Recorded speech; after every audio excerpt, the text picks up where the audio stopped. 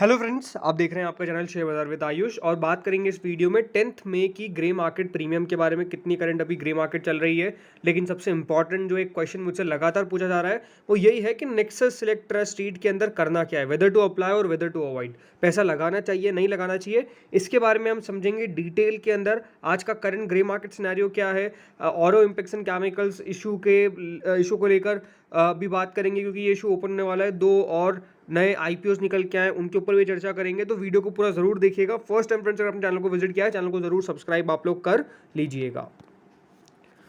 सबसे पहले तो देखिए नेक्सस सिलेक्ट ट्रस्ट रीट, आज सेकंड डे है, याद रखिएगा नेक्सस सिलेक्ट ट्रस्ट रीट का, और ये इशू कल बंद हो जाएगा। 95 से 100 रुपीज़ का इसका प्राइस बैंड है और 150 शेयर आपको मिलेंगे कुल मिला के एक लॉट के अंदर। अब सबसे बड़ा जो क्वेश्चन है कि हमको पैसा लगाना चाहिए नहीं लगाना चाहिए, ये सबसे मुझसे ज़्यादा पूछा जा रहा है। लेकिन एक मेजर प्रॉब्लम जो मैंने डेफिनेटली नोटिस करी वो यही है कि अभी तक रीट को लोग समझ नहीं पाए कि इसका मतलब होता क्या है। तो देखिए, रीट का मतलब है कि रियल एस्टेट इन्वेस्टमेंट ट्रस्ट। अब इसका मतलब क्या है, ये बात ध्यान रखिए। जैसे कि म्यूचुअल फंड्स होते हैं, कैसे म्यूचुअल फंड्स। अब म्यूचुअल फंड्स में क्या है कि देखिए, मेरे पास मान लीजिए मुझे निफ्टी की 50 कंपनी के अंदर पैसा लगाना है। अब ऐसा पॉसिबल तो नहीं है ना कि मैं 50 कंपनीज के शेयर्स एक साथ खरीद लूँ। तो क्या करते हैं आजकल कि हम म्यूचुअल फंड्स में लगा लेते हैं। जो निफ्टी का वही 50 कंपनी जो एक म्यूचुअल फंड के अंदर आ जाती है, उसके अंदर उसके थ्रू हम पैसा लगा देते हैं और उसके थ्रू जो है वो पैसा हमारा लग जाता है, ये हो जाता है, राइट। वैसे ही दोस्तों रीट होता है।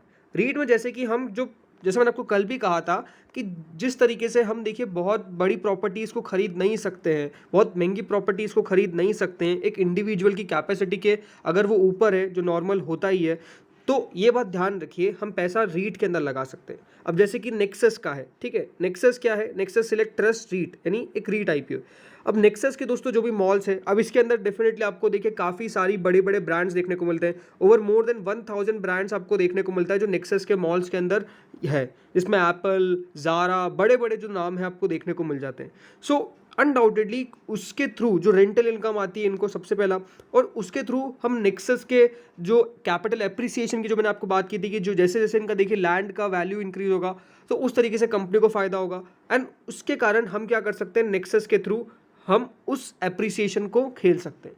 ये आपको मैंने बात सीधे सीधे समझा दी, होपफुली आपको समझ में आ चुका होगा। दूसरी बात क्या है कि क्या नेक्सस सिलेक्ट ट्रस्ट रीट के अंदर पैसा बनेगा हमारा, क्या पैसा अच्छा खासा बनेगा हमारा, ये क्वेश्चन है। तो ये बात ध्यान रखिए, बेसिकली रीट की कुछ ना कुछ लिमिटेशंस होती है। लिमिटेशंस क्या है कि लिमिटेशंस यही है कि इनके अंदर जो ग्रोथ है वो बहुत बड़ी देखने को नहीं मिलती है। लिमिटेशंस यही है कि ये बहुत ज़्यादा, ऐसा नहीं है कि इनके शेयर्स आपको बढ़िया करते हुए देखने को मिलेंगे, ये सबसे बड़ी लिमिटेशंस है। एडवांटेजेस क्या है दोस्तों, एडवांटेजेस इसके पहला एडवांटेज तो यही रहता है, जो सबसे इंपॉर्टेंट एडवांटेज है कि दोस्तों रीट के अंदर आप पैसा कमा सकते हैं कैसे, थ्रू डिविडेंड। यानी बेसिकली रीट्स करती क्या है, almost 90% of their earnings they distribute as a dividend. क्या है, वापस से बोल रहा हूँ, 90%, आपने सही सुना है, 90% से ज़्यादा दोस्तों रीट बेसिकली डिविडेंड के थ्रू अपने इन्वेस्टर को पैसा देता है। और दोस्तों जब 90% तक का डिविडेंड दे रहा है तो बचता कितना है, 10%। तो सिर्फ 10% ही ये वापस से री इन्वेस्ट करते हैं।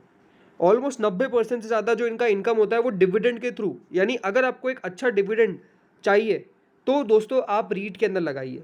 ये बात मान के चलिए कि आपको इनके शेयर्स के अंदर बहुत अफलातून ग्रोथ देखने को नहीं मिलेगी कि इनके शेयर्स एक एक महीने में 40% बढ़ रहे हैं, कुल मिला के एक साल के अंदर ठीक ठाक रिटर्न्स दे रहे हैं, बहुत कम होता है ऐसा। रीट के अगर मैं रिटर्न्स की बात करता हूँ, जैसे कि 2-3 लिस्टेड है, जैसे कि एम्बेसी ऑफिस पार्क्स रीट है, एक इशू है, ठीक है। अभी करंटली अगर आप देखेंगे तो 1.63% ऊपर चल रहा है, लेकिन जब से रिटर्न जब से मार्केट में आया, चलिए हम बात कर लेते हैं, तब से ये 3.57% नीचे गया है। ये बढ़ा नहीं है, 3.57% बेसिकली नीचे गया है, नीचे जाता हुआ नजर आया। वापस से आपको मैं बता रहा हूँ कि देखिए स्टॉक के अंदर आपको तेजी देखने को नहीं मिली है, लेकिन अगर मैं इसकी डिविडेंड डील की बात करता हूँ तो जो इसकी क्वार्टरली डिविडेंड अमाउंट है वो करीबन 5.42 रुपीज़ INR है, लेकिन एक एनुअल डिविडेंड पे आउट जो है वो करीबन 7% के आसपास का देता है।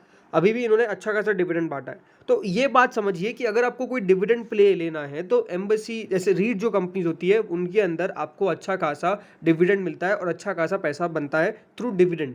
शेयर का अप्रिसिएशन हो ना हो ये एक सेकेंडरी बात हो जाती है।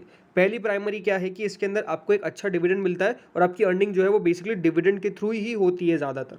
तो ये बात आपको पता होनी चाहिए, राइट। होपफुली आपको ये समझ में आ चुका होगा कि किस तरह से डिविडेंड जो है वो मिलता है, और इनके अंदर अगर आपको पैसा लगाना है तो बेसिकली वो डिविडेंड इनकम के लिए अच्छा होता है। क्या डिविडेंड अगर आपको इनकम चाहिए तो definitely REITs are a good investment opportunity, right. ये बात मान के समझिए।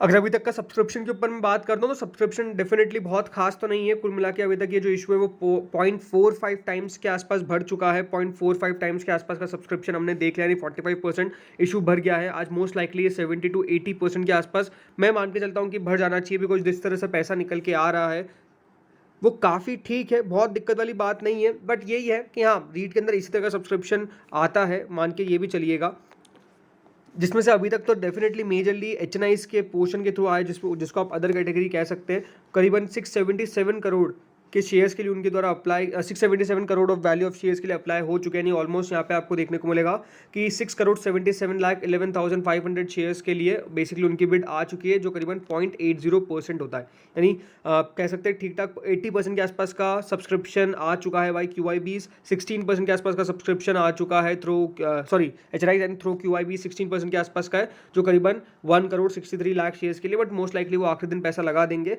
भरने में कोई दिक्कत आने वाली नहीं है। आपको मैंने कल भी कहा था कि इशू फुली सब्सक्राइब हो जाएगा, उसमें कोई मेजर प्रॉब्लम नहीं है। बाकी दोस्तों 2 नए इश्यूज ओपन होने वाले और एसएमई इश्यूज है, वो मेन लाइन नहीं है, जिसमें एक नया नाम निकल के आ रहा है, रेमस फार्मास्यूटिकल्स। रेमस फार्मास्यूटिकल्स 17 मई से ओपन होगा, 19 मई तक ये बेसिकली ओपन रहेगा। तो ये एक नया एसएमई इशू है जो ओपन होने वाला है। अब दोस्तों ग्रे मार्केट पे चर्चा कर लेते हैं। तो टाटा टेक की ग्रे मार्केट करेंटली 85 रुपीज़ तक पहुंच चुकी है। अनडाउटेडली देखिए, ग्रे मार्केट 85 रुपीज़ तक पहुंचना अपने आप में एक बहुत ही पॉजिटिव साइन है। बट यही है कि कब निकल के आएगा ये क्वेश्चन है, कितने प्राइस पे निकल के आएगा ये क्वेश्चन है। तो आई थिंक ठीक है, ग्रे मार्केट को सेलिब्रेट तो किया जा रहा है, बट मोस्ट लाइकली तो यही है कि जो प्राइस बैंड निकल के आएगा उसके बाद ज़्यादा चीज़ें हमको पता चलेगी। अगला था नेक्सस सिलेक्ट ट्रस्ट REIT। अब देख लीजिए, 2 रुपये के आसपास ग्रे मार्केट आ गई है, तो कहना बहुत मुश्किल है कि लिस्टिंग पे कोई गेन भी मिल पाएगा कि नहीं, राइट। और 2 दिनों से मार्केट भी आपको पता है कि अभी ज़्यादा ठीक ठाक कर नहीं रहा है। बट ये भी है कि ग्रे मार्केट के हिसाब से मोस्ट लाइकली ज़्यादा उम्मीद नहीं लगानी चाहिए। जो लोग लगा के चल रहे हैं वो ये बात ध्यान रखिए कि एक प्योर डिविडेंड अगर आपको प्ले खेलना है तो ठीक है, बाकी अगर नहीं भी लगाएंगे तो कोई मेजर प्रॉब्लम नहीं होने वाला है, जो आपको मैंने बताया। ठीक है, अगर आपने लगा भी दिया है तो इट्स ओके, बट अगर नहीं भी लगाना चाहे तब भी कोई मेजर कुछ चीज़ नहीं है। मतलब आप लगाएंगे तो भी ठीक है, नहीं लगाएंगे तो भी ठीक है।